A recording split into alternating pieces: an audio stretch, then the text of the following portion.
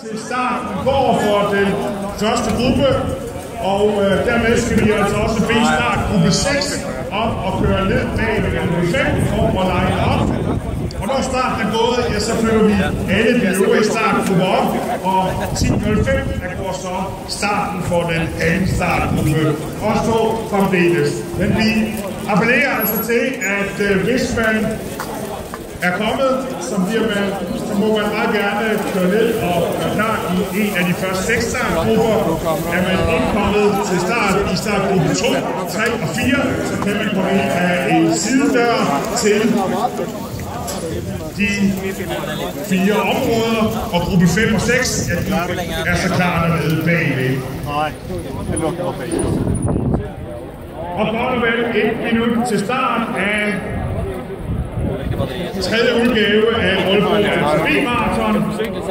3.000 ryttere er nu klar til at forsere den magtfulde natur i og omkring Aalborg på en 100 km tur. 1 minut til start.